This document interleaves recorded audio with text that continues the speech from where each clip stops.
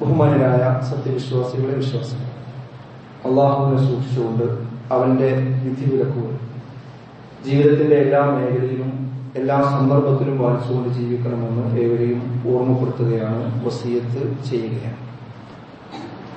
നമ്മൾ ഒരു യാത്ര പോകുമ്പോൾ ഏറ്റവും കൂടുതൽ ശ്രദ്ധിക്കാറുള്ളത് ആ യാത്രക്ക് ആവശ്യമായ വളരെ പ്രധാനപ്പെട്ട രേഖകൾ തന്നെയായിരിക്കും. ഇപ്പോൾ പരീക്ഷക്ക് പോകുന്നൊരു കുട്ടിയാണെങ്കിൽ എല്ലാം മറന്നാലും അവൻ ഹാൾ ടിക്കറ്റ് മറക്കാതിരിക്കാൻ പ്രത്യേകമായ ഒരു ശ്രദ്ധയും ജാഗ്രതയും അവന്റെ ഭാഗത്തു നിന്ന് ഉണ്ടാകും. ഇന്റർവ്യൂവിന് പോകുന്ന ഒരു ഉദ്യോഗാർത്ഥി അവന്റെ എല്ലാ സർട്ടിഫിക്കറ്റുകളും എടുത്തു എന്ന് ഉറപ്പുവരുത്തിയ ശേഷമാണ് വീട്ടിൽ നിന്ന് പുറത്തിറങ്ങാറുള്ളത്. അങ്ങനെയാണ് എല്ലാ കാര്യങ്ങളും. ഒരു വിദേശയാത്രക്ക് പോകുന്ന ആളാണെങ്കിൽ എന്തെല്ലാം മറന്നാലും അവസാനം ഇറങ്ങുന്ന സമയത്ത് വീട്ടുകാർ ചോദിക്കും, പാസ്പോർട്ട് ടിക്കറ്റും എടുത്തില്ലേ എന്ന് ചോദിക്കാറുണ്ട്. കാരണം മറ്റൊരു ലഗേജും ഇല്ലെങ്കിലും ഈ രണ്ടെണ്ണം ഉണ്ടെങ്കിൽ അവന് അവന്റെ ലക്ഷ്യത്തിലേക്ക് എത്താൻ ഒരു പക്ഷേ സാധിച്ചേക്കാം. അങ്ങനെയാണ് ഏത് കാര്യം. ഇന്നലെ നമ്മളെല്ലാവരും തദ്ദേശ സ്വയംഭരണ സ്ഥാപനങ്ങളിലേക്കുള്ള തെരഞ്ഞെടുപ്പിന്റെ നടപടിക്രമങ്ങളിൽ വോട്ടവകാശം വിനിയോഗിക്കുന്നതിന് വേണ്ടി ബൂത്തുകളിൽ എത്തിയവരാണ്.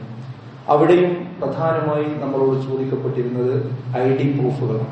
അത് കയ്യിലെടുത്തിട്ടുണ്ടോ എന്നാണ് നമ്മൾ വീട്ടിൽ നിന്ന് ഇറങ്ങുമ്പോഴും അവിടെ കയറി ചെല്ലുമ്പോഴും ഒക്കെ അന്വേഷിച്ചുകൊണ്ടിരിക്കുന്നത്. ഇത് നമ്മുടെ ജീവിതത്തിൽ നിത്യേന നമ്മൾ കണ്ടുകൊണ്ടിരിക്കുന്ന ഒരു കാര്യമാണ്.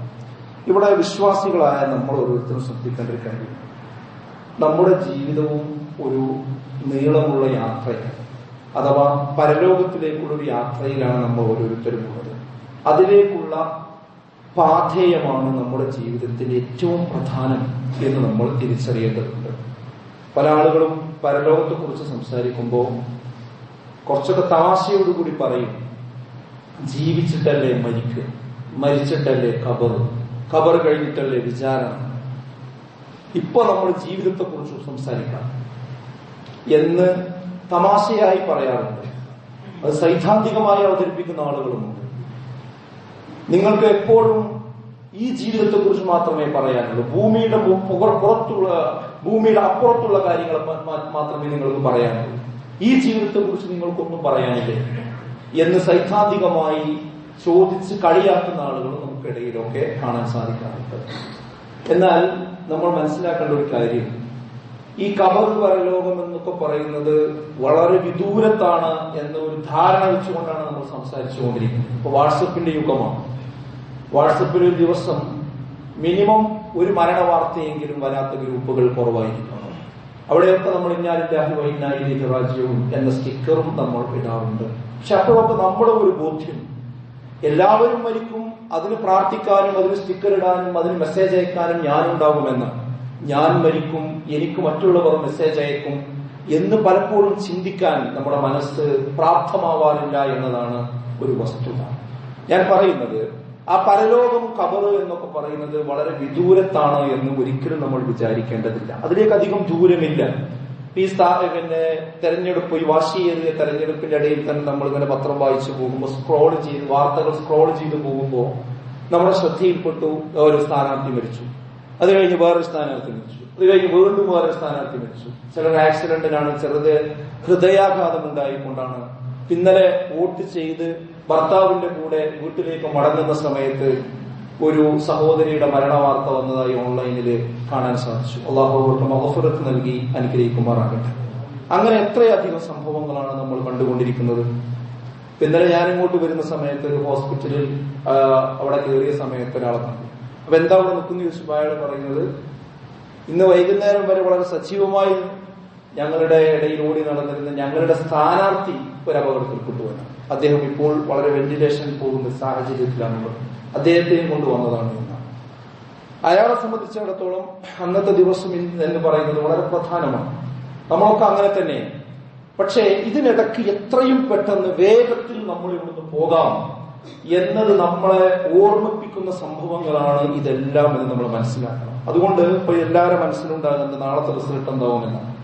കൂടുതൽ അതിൽ എത്രത്തോളം ആളുകൾ ഇടപെട്ടിട്ടുണ്ടോ ആ ഇടപെട്ടതിനനുസരിച്ച് വല്ലാത്ത ആദി ഉണ്ടാകുന്നു. ഇന്ന് നാളത്തെ ആ ഒരു സമയമായാൽ മതിയായിരുന്നു എന്ന് ഒരു പോളിംഗ് ഏജന്റ് പറഞ്ഞത്, ഈ പെട്ടി ഏതായാലും സീൽ ചെയ്യുന്ന സമയത്ത് ഇപ്പൊ തന്നെ റിസൾട്ട് ഒന്ന് എത്തിയാൽ ഞങ്ങൾക്ക് അത് അറിയായിരുന്നു എന്നാണ്.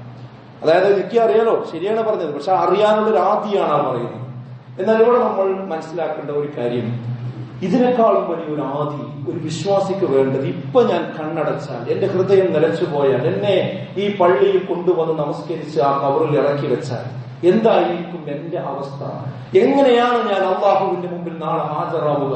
അതിനുള്ള പാതയം എന്റെ അടുക്കൽ എന്തുണ്ട് എന്നതിനെ സംബന്ധിച്ചുള്ള കൃത്യമായ ഒരു ആലോചന ഏത് തിരക്കിനിടയിലും ഒരു വിശ്വാസിക്ക് വളരെ പ്രധാനമാണ് എന്നതാണ്. വിശുദ്ധ ഖുർആൻ പറഞ്ഞത്, നിങ്ങൾക്ക് എന്തെല്ലാം അല്ലാഹു വിഭവങ്ങൾ നൽകിയിട്ടുണ്ടോ ആ വിഭവങ്ങളെല്ലാം ഉപയോഗിച്ചുകൊണ്ട് നിങ്ങൾ ആഖിറത്താകുന്ന യഥാർത്ഥ ഭവനത്തെയാണ് നിങ്ങൾ പ്രതീക്ഷിക്കേണ്ടത്. അതാണ് യഥാർത്ഥത്തിലുള്ള ഭവനം. വല്ലാഖിറത്തു ഖൈറുൻ വഅബ്ഖാ, ഏറ്റവും നല്ലതും എന്നും ബാക്കിയാകുന്നതുമായ ഇത് പരലോകമാകുന്നു. അവിടെ ഹൃദയാഘാതമില്ല, അവിടെ ആക്സിഡന്റുകളില്ല, അവിടെ തളർച്ചയില്ല, അവിടെ ക്ഷീണമില്ല, പെട്ടെന്ന് മരിച്ചു എന്ന വാർത്ത വരില്ല. കാരണം പിന്നീട് മരണമില്ലാത്ത ജീവിതമാണ് പരലോകം എന്ന് പറയുന്നത്. ഒന്നുകിൽ സ്വർഗം അല്ലെങ്കിൽ നരകം, രണ്ടിലൊന്നിൽ ജീവിച്ചേ പറ്റൂ. നാളെ പരലോകത്ത് നരകത്തിൽ പോകുന്ന ആളുകളെ കുറിച്ച് പറഞ്ഞത് അവർക്ക് ജീവിതവുമില്ല മരണമല്ല. അങ്ങനത്തെ ഒരു അവസ്ഥ അവിടെ ഉണ്ടാകുമെന്ന് തന്നെയാണ്. എന്നാൽ പരലോകം എന്ന് പറഞ്ഞാൽ നിങ്ങൾ ദുനിയാവിനെ മറക്കണ്ട. നിങ്ങളുടെ കുടുംബം, നിങ്ങളുടെ കുട്ടികൾ, നിങ്ങളുടെ ജോലി, നിങ്ങളുടെ സാമൂഹ്യ പ്രവർത്തനം, നിങ്ങളുടെ രാഷ്ട്രീയ പ്രവർത്തനം, അതൊന്നും നിങ്ങൾ മറക്കേണ്ടതില്ല. പക്ഷേ ഒരു വിശ്വാസിയെ സംബന്ധിച്ചിടത്തോളം കൂടുതൽ ഓർമ്മിക്കേണ്ടത് പരലോകത്തെ കുറിച്ച് തന്നെയായിരിക്കണമെന്ന്. അപ്പൊ ആഖിറത്തിലേക്കുള്ള പാഥേയം ഒരുക്കാൻ നമ്മൾ എന്തുവേണം? അതിൽ നമ്മൾ പ്രധാനമായിട്ടുള്ളത് നമ്മുടെ ഈമാൻ സംരക്ഷിച്ചു നിർത്തുക എന്നതാണ് ഏറ്റവും പ്രധാനപ്പെട്ട കാര്യം. കാരണം ഈമാൻ എത്ര വലിയവനാണെങ്കിലും അതിങ്ങനെ വർദ്ധിക്കും ചെയ്യും, അതിങ്ങനെ കുറഞ്ഞു വന്നുകൊണ്ടിരിക്കും ചെയ്യും. ഇബ്രാഹിം അലൈഹി സ്വലാത്തു വസ്സലാം പറഞ്ഞ ഒരു സന്ദർഭം ഖുർആൻ ഉദ്ധരിക്കുന്നുണ്ട്. റബ്ബി അരിനി കൈഫ തുഹ്യിൽ മൗത, മരണശേഷം എങ്ങനെയാണ് രണ്ടാമത് എഴുന്നേറ്റ് വരിക എന്ന് ചോദിക്കുന്നത് ആരറിയും? ഒരു നിഷേധിയല്ല, ഒരു സംശയാരുമല്ല. ഇബ്രാഹിം നബി അള്ളാഹിനോട് ചോദിക്കുക, എങ്ങനെയാ പടച്ചവനെ അങ്ങനെ എഴുന്നേറ്റ് വരിക? കാലവനം തുമ്മിൻ. അപ്പൊ അള്ളാഹ് ചോദിക്ക, എന്താ ഇബ്രാഹിം, നിനക്കെന്താ ഈമാനില്ലേ, വിശ്വാസല്ലേ?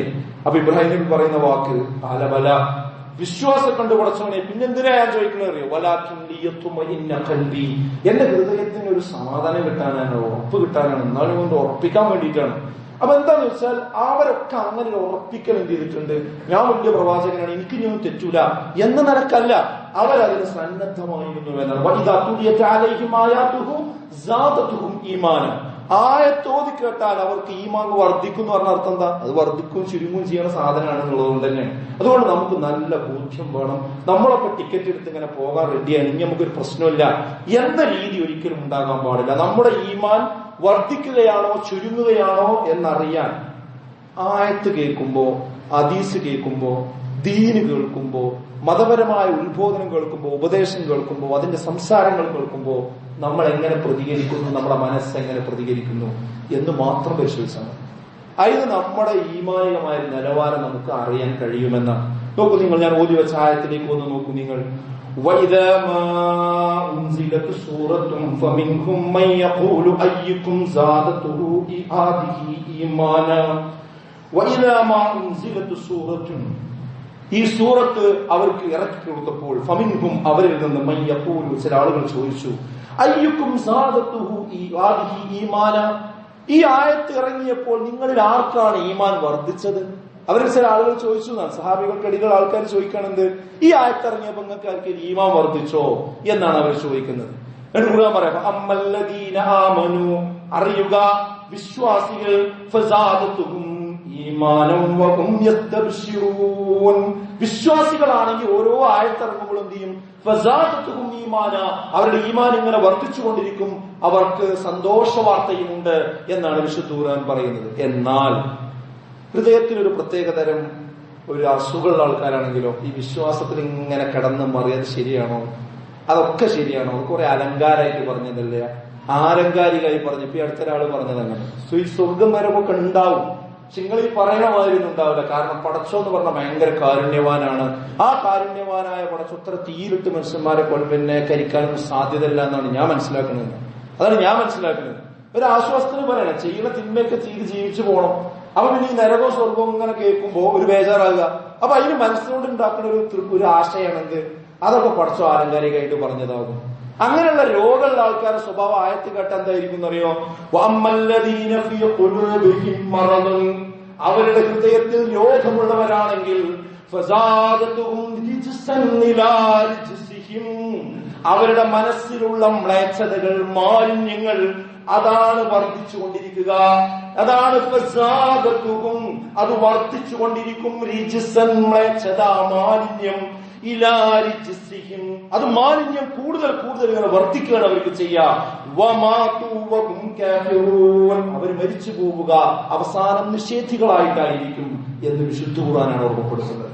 അതായത് ഖുർആനുകൾ കേട്ട് കഴിഞ്ഞാല് അവർക്ക് എന്തെല്ലാം ഉണ്ടാകുക? ഈമാൻ അല്ല വർദ്ധിക്കുക, അവർക്ക് നിഷേധം വർദ്ധിക്കുക ചെയ്യും. ഇതൊക്കെ വെറുതെ പറയണം, ഇതൊക്കെ വെറുതെ പറയണം എന്ന് പറഞ്ഞുള്ളതും കൂടി നിഷേധിക്കുന്ന സ്വഭാവത്തേക്കാണ് എന്ത് ചെയ്യാം പോവുക. അവസാനമാത്തുവും കാഫിറൂൻ, അവർ പിന്നെ നിഷേധികളായിട്ട് മരണപ്പെട്ടു പോകും. അതുകൊണ്ടാണ് റസൂലുള്ളാഹി സ്വല്ലല്ലാഹു അലൈഹി വസല്ലം പറഞ്ഞത്, ഇന്നൽ ഈമാന, നിശ്ചയമായി ഈമാൻ എന്ന് പറയുന്നത്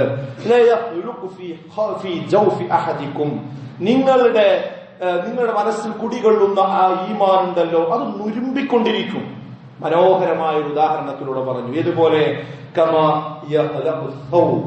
നിങ്ങളുടെ വസ്ത്രം നുരുമ്പുന്നത് പോലെ 2 വർഷം മുമ്പ് എടുത്ത ഡ്രസ്സ് ഇപ്പോൾ അതിൽ ഒരുപാട് തകരാറുകൾ സംഭവിച്ചിട്ടുണ്ട്. അതുപോലെ നിങ്ങളുടെ ഈമാൻ നുരുമ്പിക്കൊണ്ടിരിക്കും. അതുകൊണ്ട് എന്തു ചെയ്യണം? നിങ്ങൾ അല്ലാഹുവിനോട് തേടിക്കൊണ്ടേയിരിക്കണം. എന്തിനു വേണ്ടി? നിങ്ങളുടെ ഹൃദയത്തിൽ ഈമാനിനെ ഇങ്ങനെ പുതുക്കാൻ വേണ്ടി നിങ്ങൾ അല്ലാഹുവിനോട് എപ്പോഴും തേടിക്കൊണ്ടേയിരിക്കണമെന്നാണ്. എന്നാൽ എന്റെ ഈമാൻ ചുരുങ്ങുന്നുണ്ടോ, കുറയുന്നുണ്ടോ എന്നുള്ള ഒരു ജാഗ്രത ഒരു വിശ്വാസിയെ സംബന്ധിച്ചിടത്തോളം എപ്പോഴും ഉണ്ടാകണം. അള്ളാഹുവിന്റെ കൽപ്പനകൾ പ്രവർത്തിക്കലും അവൻ വിരോധിച്ചത് വെടിയലുമാണ് യഥാർത്ഥത്തിൽ ഈമാനിന്റെ താല്പര്യം എന്ന് പറയുന്നത്. ഒരാൾക്ക് ഈമാൻ ഉണ്ടോ എന്ന് മനസ്സിലാകൽ എങ്ങനെയാണ്? അതിങ്ങനെ ചുഴിഞ്ഞു നോക്കിയാൽ കിട്ടൂല. മറിച്ച് അയാളുടെ വാക്ക്, അയാളുടെ പ്രവൃത്തി അത് അള്ളാഹു കൽപ്പിച്ചത് ചെയ്യുന്നുണ്ടോ, വിരോധിച്ചതെന്ന് വിട്ടുക്കുന്നുണ്ടോ നോക്കുമ്പോഴാണ്, അത് അളക്കുമ്പോഴാണ് അയാൾക്ക് ഈമാൻ ഉണ്ടോ അല്ലെങ്കിൽ എന്ത് ചെയ്യുക കൃത്യമായിട്ട് മനസ്സിലാക്കുക. പലപ്പോഴും നമ്മൾ ആളുകൾക്കിടയിലുള്ള പ്രശ്നം എന്ന് വെച്ചാൽ നമ്മുടെ ചുറ്റുവട്ടത്തിനും നമ്മുടെ താല്പര്യത്തിനും നമ്മുടെ ഒരു പരിസരത്തിനും നമ്മുടെ ഇഷ്ടാനിഷ്ടങ്ങൾക്കും ഒക്കെ പറ്റുന്ന കാര്യങ്ങൾ മതത്തിൽ ഏതൊക്കെയാണോ ഉള്ളത് അതിന്റെ ഭയങ്കര അംബാസിഡർമാരായിട്ട് നമ്മൾ മാറും. അത് ഭയങ്കര സംഭവമാണ്, ദീന് പറഞ്ഞ ഭയങ്കര കാര്യമാണ് എന്ന് പറയും. എന്നാൽ നമുക്ക് നമ്മുടെ വ്യക്തിപരമായിട്ടോ കുടുംബപരമായിട്ടോ സാമൂഹ്യമായിട്ടോ രാഷ്ട്രീയമായിട്ടോ താല്പര്യമില്ലാത്ത ഏതെങ്കിലും നിർദ്ദേശങ്ങളോ നിയമങ്ങളോ ഒക്കെയാണ് ഖുർആനിലും ഹദീസിലും ഒക്കെ ഉള്ളതെങ്കിൽ അതിനോട് വലിയ താല്പര്യം ഉണ്ടാവില്ല. അതൊന്നും ചെയ്തോളണമെന്നില്ല. അങ്ങനെ ഇഷ്ടമുള്ളത് എടുക്കുക, ഇഷ്ടമില്ലാത്തത് ഒഴിവാക്കുക എന്ന രീതിയിൽ ദീനിന് ഒരു ബൊഫേ സിസ്റ്റം എന്ന് വേണമെങ്കിൽ വേഗം മനസ്സിലാകാൻ വേണ്ടി പറയാം. ആ ഒരു രീതിയിൽ ദീനിനെ കൊണ്ട് നടക്കുന്ന ഒരു സമീപനം പലപ്പോഴും നമുക്ക് കാണാൻ കഴിയാറുണ്ട്. ഇവിടെ നമ്മളൊരു സംഭവം മനസ്സിലാക്കേണ്ടതുണ്ട്. ഇത് 3 കാര്യങ്ങൾ യഹൂദരുടെ മേല് നിർബന്ധമാക്കുകയുണ്ടായി. അഥവാ ജൂതന്മാരുടെ മേലിന് 3 കാര്യം നിർബന്ധമാക്കുകയുണ്ടായി. അതിലൊന്നെന്താ വെച്ചാൽ അവരോട് പറഞ്ഞു, നിങ്ങൾ പരസ്പരം രക്തം ചിന്താൻ പാടില്ല എന്ന് പറഞ്ഞു. രണ്ടാമത് അവരോട് പറഞ്ഞത് പരസ്പരം നിങ്ങൾ വീടുകളിൽ നിന്ന് ആളുകൾ എന്ത് ചെയ്യാൻ പാടില്ല, പുറത്താക്കാൻ പാടില്ല. മൂന്നാമത് പറഞ്ഞത് അവരുടെ യുദ്ധത്തടവുകാരെ കണ്ടെത്തിയാൽ നിങ്ങൾ മോചന ദ്രവ്യം നൽകിക്കൊണ്ട് അവരെന്ത് ചെയ്യണം, മോചിപ്പിക്കുകയും ചെയ്യണം. 3 കാര്യങ്ങളാണ് അവരോട് പറഞ്ഞത്. ഇവരെന്ത് ചെയ്തു വെച്ചാൽ ഇതിൽ അവസാനം പറഞ്ഞത് ചെയ്യുകയും ആദ്യത്തെ 2 ഉപേക്ഷിക്കുകയും ചെയ്തു. അപ്പൊ ഖുർആൻ ചോദിക്കുന്ന ഒരു ചോദ്യമല്ലേ, ആദ്യത്തെ 2 പരസ്പരം രക്തം ചിന്തരുത് എന്നത് ചെയ്തു, പരസ്പരം വീടുകളിൽ നിന്ന് പുറത്താക്കരുത് എന്ന് പറഞ്ഞതും അവര് ചെയ്തു. എന്നാൽ അവര് ചെയ്തു എന്ന് പറഞ്ഞാൽ അവര് അതിന് വിരുദ്ധമായി ചെയ്തു. എന്നാൽ അവര് അംഗീകരിച്ച കാര്യം അവസാനത്തെ കാര്യം, അഥവാ യുദ്ധ തടവുകാരായിട്ട് വന്ന ആൾക്കാരെ മോചന ദ്രവ്യം കൊടുത്ത് പറഞ്ഞയക്കുക എന്നുള്ള പണി ചെയ്തു. ആ പറഞ്ഞത് അവർ കേട്ടു. ഇവരെ കുറിച്ച് ഖുർആൻ പറയും, നോക്കി നിങ്ങള്, നിങ്ങളുടെ ഉറപ്പ് നാം വാങ്ങിയ ആ സന്ദർഭം. എന്തൊക്കെ ഉറപ്പ്? ലാ തസ്ഫികൂന ദിമാഅക്കും, നിങ്ങൾ പരസ്പരം രക്തം ചിന്തരുത്. വലാ തുഖ്രിജൂന അൻഫുസകും മിൻ ദിയാരിക്കും സുമ്മ അഖറർതും വഅൻതും തശ്ഹദൂൻ, നിങ്ങൾ പരസ്പരം നിങ്ങളുടെ വീടുകളിൽ നിന്ന് അവരെ പുറത്താക്കുകയും ചെയ്യരുത്. സുമ്മ അഖറർതും, നിങ്ങൾ ഈ പറഞ്ഞ 2 കാര്യം നിങ്ങൾ പറഞ്ഞത് സമ്മതിച്ചു. വഅൻതും തശ്ഹദൂൻ, അതിനെ നിങ്ങൾ സാക്ഷ്യം വഹിക്കുകയും ചെയ്തു. എന്നാൽ ثم أنتم هؤلاء تقتلون أنفسكم وتخرجون فريقا منكم من ديارهم തളാഹറൂന അലൈഹിം ബിൽ വൽ ഉദ്വാൻ. എന്നാൽ അവരാകട്ടെ ഹൗലായി അവരിൽ ചില ആളുകള് തഖ്തുലൂന അൻഫുസകും അവർ പരസ്പരം രക്തം ചിന്തി. പറഞ്ഞത് കേട്ടില്ല. വതുഖ്രിജൂന ഫരീഖൻ മിൻകും മിൻ ദിയാരിഹിം അവരുടെ വീടുകളിൽ നിന്ന് അവരെ പുറത്താക്കുകയും ചെയ്തു. തളാഹറൂന അലൈഹിം ബിൽ ഇസ്മി വൽ ഉദ്വാൻ അവർ അതിനെ പരസ്പരം ഈ കുറ്റത്തിനും അതിക്രമത്തിനും ഒക്കെ പരസ്പരം പിന്തുണ നൽകിക്കൊണ്ട് തന്നെ അവർ പുറത്താക്കുകയും ചെയ്തു. എന്നാൽ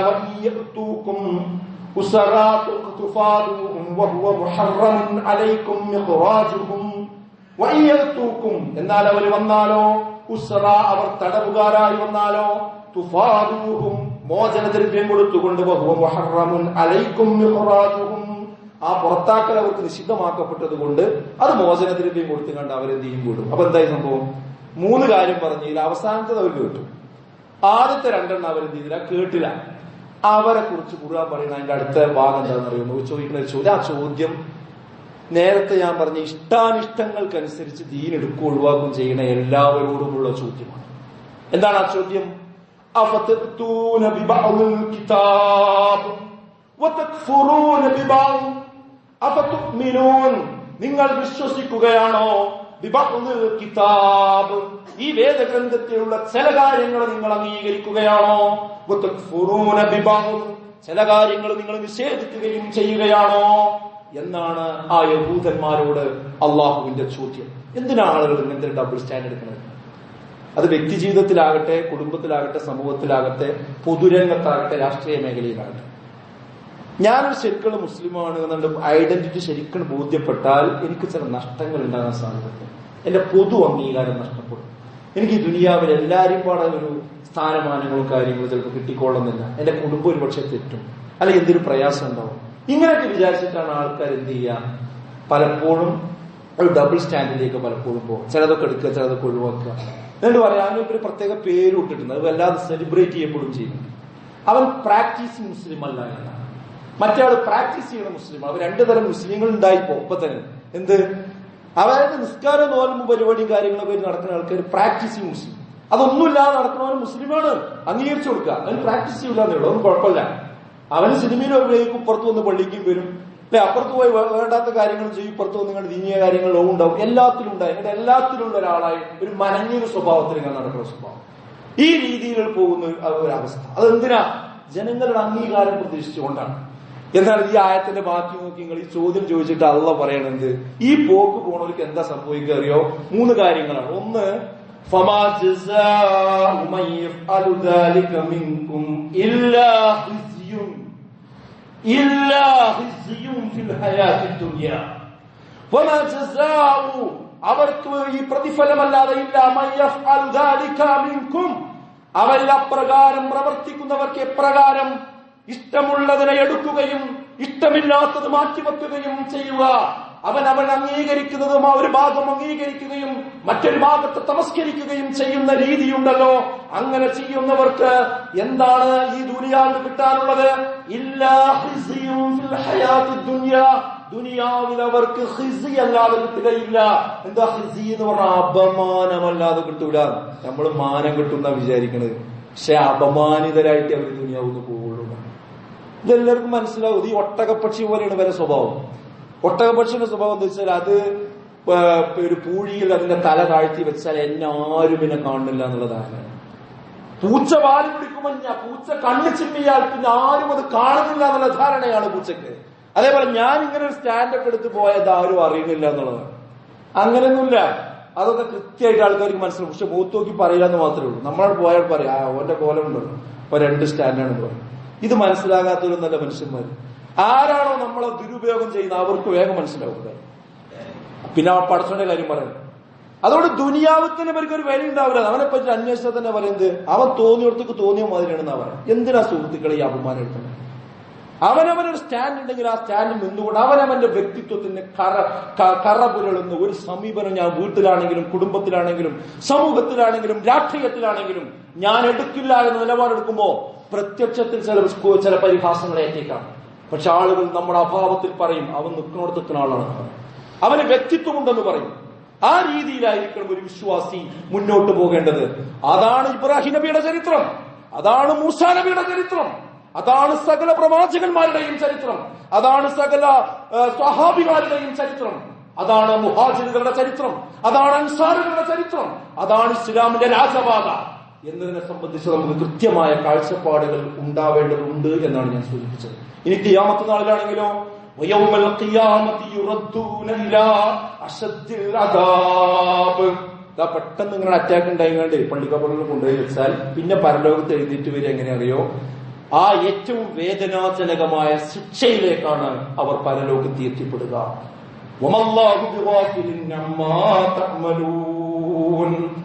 ആ ഏത് CCTV വിവരമില്ലെങ്കിലും, ഏത് കോടതി നമ്മുടെ തെറ്റുകുറ്റങ്ങൾ കണ്ടെത്തിയിട്ടില്ലെങ്കിലും ഇതിനെക്കുറിച്ചൊന്നും ഒരശ്രദ്ധ അള്ളാഹ്ക്ക് ഉണ്ടാവില്ല. ഇതൊക്കെ അള്ളാഹ് എന്ത് ചെയ്യും, അള്ളാന്റെ രേഖയിൽ പിടിച്ചിട്ടുണ്ടാവും.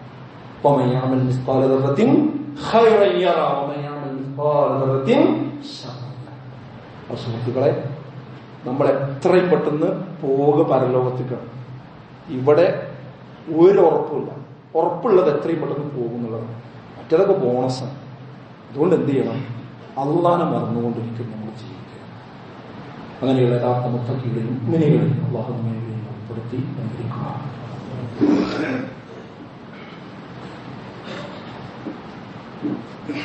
അൽഹംദുലില്ലാഹ് വസ്സലാത്തു വസ്സലാമു അലാ റസൂലില്ലാഹ് വഅലാ ആലിഹി വസഹ്ബിഹി അജ്മഈൻ. അമ്മാ ബഅദ്. ബഹുമാനനായ സത്യവിശ്വാസികളെ, വിശ്വാസികളെ, അള്ളാഹുവിനെ സൂക്ഷിച്ച് ജീവിക്കണമെന്ന് ഒരിക്കൽ കൂടി ഓർമ്മപ്പെടുത്തുകയാണ്, വസിയത്ത് ചെയ്യുകയാണ്. നമ്മുടെ ഈമാൻ ചോർത്തിക്കളയാൻ ലക്ഷ്യം വെച്ചുകൊണ്ട് ഇവിടെ ശൈത്താൻ പ്രവർത്തിക്കുന്നുണ്ട് എന്ന കാര്യം നമ്മൾ ഒരിക്കലും വിസ്മരിച്ചു പോകും. അവൻ നിങ്ങൾക്ക് ശത്രുവാണ്, അതുകൊണ്ട് ശത്രുവായി തന്നെ നിങ്ങൾ അവൻ എന്ത് ചെയ്യണം, പരിഗണിക്കണം എന്നാണ്. അപ്പൊ ആ പിശാച് ഓരോ കാലത്തും വൈദ്യുതി ചെയ്യുന്ന ശൈത്താനാണ്. നിങ്ങൾ നമ്മൾ ചെയ്യണ എന്ത് കാര്യമുണ്ടോ അതൊക്കെ നല്ലതാണെന്നുള്ള ന്യായം നമുക്ക് ഇങ്ങനെ ഉണ്ടാക്കി തരും. അങ്ങനെയാണ് ശൈത്താൻ എന്ത് ചെയ്യാം, നമ്മളെ തെറ്റിലേക്ക് കൊണ്ടുപോകുക. അതുകൊണ്ട് തന്നെ ഓരോ കാലഘട്ടത്തിലും പ്രത്യേകമായ അജണ്ടകൾ അവന്റെ ആളുകൾ ഉണ്ടാക്കിക്കൊണ്ടേയിരിക്കും. ഈ കാലഘട്ടത്തിൽ ഇസ്ലാമിനെ വിമർശിക്കാൻ മുസ്ലിം സമുദായത്തിൽ നിന്ന് തന്നെ ആളുകളെ ഉണ്ടാക്കുന്നു എന്നതാണ് ഏറ്റവും പ്രധാനപ്പെട്ട ഒരു അജണ്ട. അതിന്റെ കോടാലിപ്പിടികളായി ഒരിക്കലും തന്നെ നമ്മളാരും മാറരുത്. അതായത് ഇസ്ലാമിന്റെ പുറത്തു നിന്ന് ഒരു ഇസ്ലാം അല്ലാത്ത ഒരു പേരുകാരൻ അവന്റെ പേര് വെച്ച് അവന്റെ ഐഡിയിൽ നിന്നുകൊണ്ട് ഇസ്ലാമിനെ വിമർശിച്ചാൽ ആ വിമർശനത്തിന് ഇസ്ലാമിന്റെ ഉള്ളിലൊരു സ്വാധീനം കിട്ടില്ല. പിന്നെ ഏത് വിമർശനത്തിന് ആ സ്വാധീനം കിട്ടുക? ആ പറയുന്ന വ്യക്തി ഒരു മുസ്ലിം പേരുള്ള വ്യക്തിയാണെങ്കിൽ, അയാൾക്ക് കുറച്ച് അറബി കൂടി സംസാരിക്കാൻ കഴിയുമെങ്കിൽ, അയാൾക്ക് കുറച്ചും കൂടി ആയത്ത് കൂടി ഓതാൻ കഴിയുമെങ്കിൽ, അയാൾക്ക് കാണാതെ കുറച്ച് ഇബാറത്തുകൾ കൂടി പറയാൻ കഴിയുമെങ്കിൽ, എന്നിട്ട് അയാൾ ഇസ്ലാമിനെതിര് പറയുമ്പോ ഇതിലെന്തോ ഒരു കാര്യമുണ്ടല്ലോ, കാരണം അവരെ കൂട്ടത്തിൽപ്പെട്ട ആളെന്നാണല്ലോ പോയി തെറ്റാന്ന് പറയുന്നത് എന്നുള്ള ഒരു സ്വാധീനം ഉണ്ടാക്കിയെടുക്കാൻ കഴിയും. അത് ഇസ്ലാമിന്റെ ചരിത്രം തന്നെ അങ്ങനെയാണ് ഷിയാക്കൾ ഉണ്ടായത്. ഇസ്ലാമിക ചരിത്രത്തിൽ ഷിയാക്കൾ ഉണ്ടായത് അങ്ങനെയാണ്.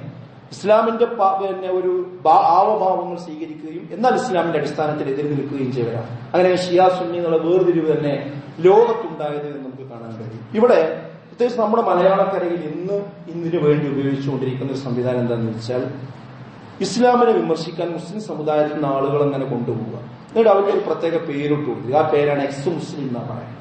അതായത് ഇസ്ലാം വിട്ടിട്ടുണ്ട്, എന്താ വിട്ടുങ്ങാണ്ടാണ് എവിടേക്കേ കൂടിച്ച് അവിടെ കൂട്ടി പറഞ്ഞാൽ മതി, അത് പറയില്ല. അവരെവിടേക്കേ കൂടിച്ച് അത് പറയില്ല. പക്ഷെ ഇവിടുന്ന് വിട്ടവർ എന്ന് പറഞ്ഞ പ്ലാറ്റ്ഫോം ഉണ്ടാക്കുക. എന്നിട്ട് മുസ്ലിം പേരിനെ അവര് മുസ്ലിങ്ങളായിട്ട് തന്നെ സംസാരിക്കുക. പറയുന്നത് മുഴുവൻ എന്താ? സോഷ്യൽ മീഡിയ എടുത്ത് നോക്കിക്കഴിഞ്ഞാൽ ഇസ്ലാം വിമർശനമാണ് പലപ്പോഴും ഒരു പറഞ്ഞത്. ഇതാണ് ശരിക്കും കോടാലിപ്പിടി എന്ന് പറയുന്നത്. ഒരു മരം മുറിക്കുമ്പോൾ ആ മരത്തെ വെട്ടാൻ നമ്മൾ ഉപയോഗിക്കുന്ന കോടാലിയുടെ പിടി ആ മരത്തിൽ നിന്നുള്ള ഒരു കൊമ്പാണ്. ആ മരത്തിൽ നിന്നുള്ള ഒരു കൊമ്പ് ഉപയോഗിച്ചുകൊണ്ട് അത് ഉപയോഗിച്ചുകൊണ്ടാണ് അതിന് താഴിട്ടുകൊണ്ട് നമ്മൾ അതിനെ വെട്ടിക്കൊല്ലുന്നത്. അതേപോലെ ഇസ്ലാമിനെയും മുസ്ലിമീങ്ങളെയും അതിനെ ഇല്ലാതെയാക്കുന്നതിന് വേണ്ടി മുസ്ലിങ്ങളിൽ നിന്ന് തന്നെ കോടാലിപ്പിടികളെ കടമെടുത്തുകൊണ്ടാണ് ഇന്ന് ഇസ്ലാം വിമർശകർ ശ്രമിച്ചുകൊണ്ടിരിക്കുന്നത്. നമ്മൾ ശ്രദ്ധിക്കേണ്ട കാര്യം, ഒരിക്കലും തന്നെ നമ്മളോ നമ്മുടെ മക്കളോ അത്തരം ഒരു കോടാലിപ്പിടികളായി മാറാതിരിക്കാനുള്ള ഒരു ജാഗ്രത നമുക്ക് വേണം. കാരണം ഇന്ന് അതിന്റെ അജണ്ട എവിടേക്കാണ് നീങ്ങുന്നതെന്ന് ചോദിച്ചാൽ, അത്തരം ആളുകളെ മുസ്ലിം സമുദായത്തിൽ ഇങ്ങനെ ഉണ്ടാക്കി കൊണ്ടുവരും. അതൊരു കുടുംബത്തിൽ അങ്ങനെ കുട്ടി ഉണ്ടായാൽ മതി, ഒരൊറ്റ മകൻ ഉണ്ടായാൽ മതി, ഒരു മകൾ ഉണ്ടായാൽ മതി, അല്ലെങ്കിൽ ഒരാളുണ്ടായാൽ മതി. ആ കുടുംബത്തിന്റെ സ്വൈരം നഷ്ടപ്പെട്ടു. ഒരു ലിബറൽ, ഒരു എക്സ് മുസ്ലിം ഒരു വീട്ടിലുണ്ടായാൽ, ഒരു തറവാട്ടിലുണ്ടായാൽ, ഒരു കുടുംബത്തിലുണ്ടായാൽ ആ വീടിന്റെ സമാധാനം നഷ്ടമാവും. സംശയിക്കൊന്നും വേണ്ട. അത്തരം ആളുകൾ ഇന്ന് അവരെ വർദ്ധിപ്പിച്ചുകൊണ്ടിരിക്കുകയാണ്. എന്നിട്ട് അവർ ക്രമേണ എന്ത് ചെയ്യും? മതസ്ഥാപനങ്ങൾ, പള്ളികൾ, മദ്രസകൾ, കോളേജുകൾ, അതേപോലെ തന്നെ സമൂഹവുമായി ബന്ധപ്പെട്ട മറ്റു പ്ലാറ്റ്ഫോമുകൾ, ഇതിലൊക്കെ മുസ്ലിമീങ്ങളായിട്ട് തന്നെ അവർ കയറിക്കൂടുകയും ചെയ്യും. ഇതിൽ ഇസ്ലാമിന്റെ സംരക്ഷകരാണെന്ന് ചമഞ്ഞുകൊണ്ട് ഇസ്ലാം വിരുദ്ധ പ്രവർത്തനം ചെയ്യുന്ന ഒരു സ്വഭാവം ഇത് സിയോണിസ്റ്റുകൾ തുടങ്ങി വെച്ച ഒരു രീതിയാണ്. ആ രീതിയുടെ പുതിയ പകർപ്പുകളാണ് പലപ്പോഴും നമ്മൾ കണ്ടുകൊണ്ടിരിക്കുന്നത്. അതുകൊണ്ട് നമ്മൾ എന്ത് വേണമെന്ന് ചോദിച്ചാൽ, ഈ കാലഘട്ടത്തിൽ കൃത്യമായ ഇസ്ലാമിക കാര്യങ്ങൾ പഠിച്ചുകൊണ്ട് തന്നെ പോകണം. ഇന്ന് രണ്ടു തരം വായനകൾ സമൂഹത്തിൽ നടക്കുന്നുണ്ട്. ഒന്ന് പരന്ന വായന എന്ന് പറഞ്ഞാൽ വാട്സപ്പ് യൂണിവേഴ്സിറ്റികളിൽ വരുന്ന വായന. വാട്സപ്പിൽ നിന്ന് എല്ലാവരും വായിക്കുന്നുണ്ട്, പ്രായമുള്ള ആൾക്കാരടക്കം വായിക്കുന്നുണ്ട്. കാരണം ഓരോ കുറിപ്പ് ഇങ്ങനെ വരും, കമന്റുകൾ വരും, അതെല്ലാവരും വായിച്ചു തള്ളും.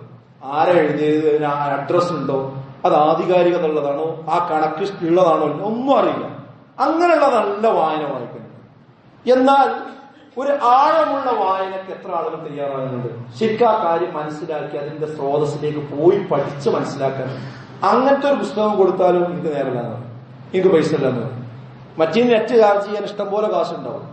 പക്ഷെ ശരിക്കുള്ള ഇസ്ലാമികമായ കാര്യങ്ങൾ അവതരിപ്പിക്കുന്ന ഒരു പുസ്തകമോ ഒരു പ്രസിദ്ധീകരണമോ കൊടുത്താൽ എനിക്ക് സമയമില്ല, എനിക്ക് കാശില്ല, എനിക്ക് നേരമില്ല, വീട്ടിലാരാ വായിക്കാൻ, ഇങ്ങനെയൊക്കെ ചോദിച്ചിടത്തോളം അതേ ആളെന്നെ 3-4 മണിക്കൂർ ഒരു ദിവസം ഫോണിൽ വരുന്നതൊക്കെ എന്ത് ചെയ്യുന്നുണ്ട്, വായിക്കുന്നുണ്ട്. ഇവിടെയാണ് നമ്മുടെ പ്രയോറിറ്റി മാറി. അപ്പൊ എന്താ സംഭവിക്കുന്നത് അറിയോ? ഇത്തരം ആളുകൾ ഉണ്ടാക്കി വിടുന്ന ചപ്പ് ചവറുകളാണ് ഈ വാട്സപ്പുകളിലൊക്കെ വന്നുകൊണ്ടിരിക്കുന്നത്. അത് വായിച്ച് അത് കേട്ട് അത്തരം യൂട്യൂബിലുള്ള ചാനലുകൾ കേട്ട് മൈൻഡ് ആ രീതിയിലേക്ക് നമ്മുടേത് വർദ്ധിക്കും. അങ്ങനെയാണ് ആളുകൾ എക്സ് മുസ്ലിമും മറ്റു സാധനങ്ങൾക്കായി മാറിക്കൊണ്ടിരിക്കുന്നത്. അപ്പൊ ഇതിന്റെ യാഥാർത്ഥ്യം എന്താണെന്ന് മനസ്സിലാക്കുന്ന ഒരുപാട് സംഗതികൾ അതോട്ട് നമുക്ക് കാണാനും വായിക്കാനും കേൾക്കാനും പഠിക്കാനും സമയമുണ്ട്. അത് മാറ്റിയേ പറ്റി സുഹൃത്തുക്കൾ. ഇല്ലെങ്കിൽ നമ്മൾ വിരല് കടിക്കുന്നു. നമ്മൾ വായിക്കണം, നമ്മളെ മക്കൾ വായിക്കണം, നമ്മളെ വീട്ടിൽ വായിക്കണം, അതൊക്കെ പഠിക്കുമാണ്. അങ്ങനെയുള്ള ക്ലാസ്സുകളും കാര്യങ്ങളും കേൾക്കണം. എന്നിട്ട് നമ്മൾ മറ്റേത് കേൾക്കുമ്പോൾ നമുക്ക് അതിന് മറുപടി മനസ്സിലാവും. അല്ലെങ്കിൽ അത്തരം ചപ്പ് ചവറുകളിൽ നമ്മൾ പെട്ടുപോകും. ഖിയാമത്ത് നാളിന്റെ പ്രത്യേകത തന്നെ റസൂലുള്ളാഹി പറഞ്ഞത് എന്താ അറിയോ? മിൻ അശ്റാത്തി സ്സാഅ, അന്ത്യദിനത്തിന്റെ പ്രത്യേകത, അതിനുള്ള അടയാളം എന്ന് പറയുന്നത് അറിവ് ഉയർത്തപ്പെടും. ശരിയായ അറിവ് സമൂഹത്തിൽ നിന്ന് പോയി പോകും. ആ ഭാഗത്ത് അവിടെ ജഹില്, അറിവില്ലായ്മ, അജ്ഞത അവിടെ സ്ഥാനം പിടിക്കുകയും ചെയ്യും. പിന്നെ ഈ അജ്ഞതയുള്ള ആളുകളായിരിക്കും ഇവരെ ഫത്വ പറയാൻ. പിന്നെ അവരായിരിക്കും സമൂഹത്തെ നയിക്കുക. അപ്പൊ എന്ത് സംഭവിക്കും? വയുഷറബൽ ഹംറു, അതുപോലെ മദ്യം കുടിക്കുന്ന അവസ്ഥ വരും. വയദ്ഹറസിന, നർത്തകികളും വീണവാദ്യങ്ങളും അതുപോലെയുള്ള ഡാൻസുകളും പരിപാടികളൊക്കെ നാട്ടിൽ പെരുകിക്കൊണ്ടിരിക്കും. ഇതൊക്കെ ഖിയാമത്ത് നാളാവുമ്പോൾ അടയാളങ്ങളാണ്. അതുകൊണ്ട് നമ്മൾ ആരോട് കൂട്ടുകൂടുന്നു, നമ്മൾ എന്ത് വായിക്കുന്നു, നമ്മൾ എന്ത് കേൾക്കുന്നു എന്നത് വളരെ പ്രധാനമാണ് ഈ കാലഘട്ടത്തിൽ. റസൂലുള്ളാഹി പറഞ്ഞു, നിങ്ങൾ നല്ലവന്റെയും ചീത്ത കൂട്ടുകാരന്റെയും ഉദാഹരണം ഏതുപോലെയാണ്? കഹാമിലിൽ മിസ്കി വനാഫിൽ കീരി, ഒരു അത്തറ് കച്ചവടക്കാരന്റെ പോലെ, അവന്റെ കൂടെ നടക്കുന്ന പോലെയും അല്ലെങ്കിൽ ഒരു ഉലയിൽ ഊതുന്നവനെ പോലെയുമാകുന്നു. എത്ര മനോഹരമാണ് ആ ഉദാഹരണം. നോക്കിങ്ങൾ, നമ്മളിപ്പോ ഒരു അത്തറ് കടയിൽ കയറിയിട്ട് അത്രയൊന്നും വാങ്ങിയില്ലെന്ന് വിചാരിക്കുക, ഉച്ച സമയം അവിടെ നിന്ന് ചെലവഴിച്ച് ഇറങ്ങിപ്പോന്നാൽ നമ്മളെ സ്മെല്ലുണ്ടാവും. അതേപോലെ തന്നെ ഒരു ആലയിൽ പോയിട്ട് നമ്മൾ അവിടെ കുറച്ച് സമയം ഇരുന്ന് കഴിഞ്ഞാൽ കുറച്ച് എഴുന്നേറ്റ് പോരുമ്പോൾ ഒരു കരിയോ പൊടിയോ അല്ലെങ്കിൽ അവിടുന്ന് ആ തീപ്പൊരി വന്നിട്ട് ഷട്ടിൽ എവിടെയെങ്കിലും ഓട്ടയിട്ടുണ്ടോ? ഇതേപോലെയാണ് നല്ല മനുഷ്യപ്പാനൊപ്പം നടന്നാൽ ആ നല്ലത് നമ്മുടെ ജീവിതത്തിൽ കിട്ടും. അല്ലാത്ത ആളുകളോടൊപ്പം നടന്നു കഴിഞ്ഞാൽ നമ്മൾ എത്ര വിശുദ്ധനാണെന്ന് പറഞ്ഞിട്ട് കാര്യമില്ല, അവന്റെ എന്തെങ്കിലും സ്വഭാവം അവനിൽ മദ്യപാനം ഉണ്ടോ, അത് ഏതെങ്കിലും അളവിൽ നമ്മളിലേക്ക് വരും. ഓം സ്ഥിരമായിട്ട് കുടിക്കുന്ന ആളാണെങ്കിൽ നമ്മൾ ഏതെങ്കിലും സമയത്ത് അവന്റെ കൂടെ കുടിക്കേണ്ടി വരും. ഏതെങ്കിലും അവൻ സാധാരണ വാങ്ങിക്കുന്ന ചുയിങ്കം നമ്മൾ കഴിക്കേണ്ടി വരും. അതേപോലെ തന്നെ അവൻ ചെയ്യുന്ന ഏതെങ്കിലും വൃത്തികേട് കാണേണ്ടി വരും. അതുപോലെ അവന്റെ ഫോണിൽ നിന്ന് വരുന്ന ഷെയറുകൾ നമ്മളിലേക്ക് വരും.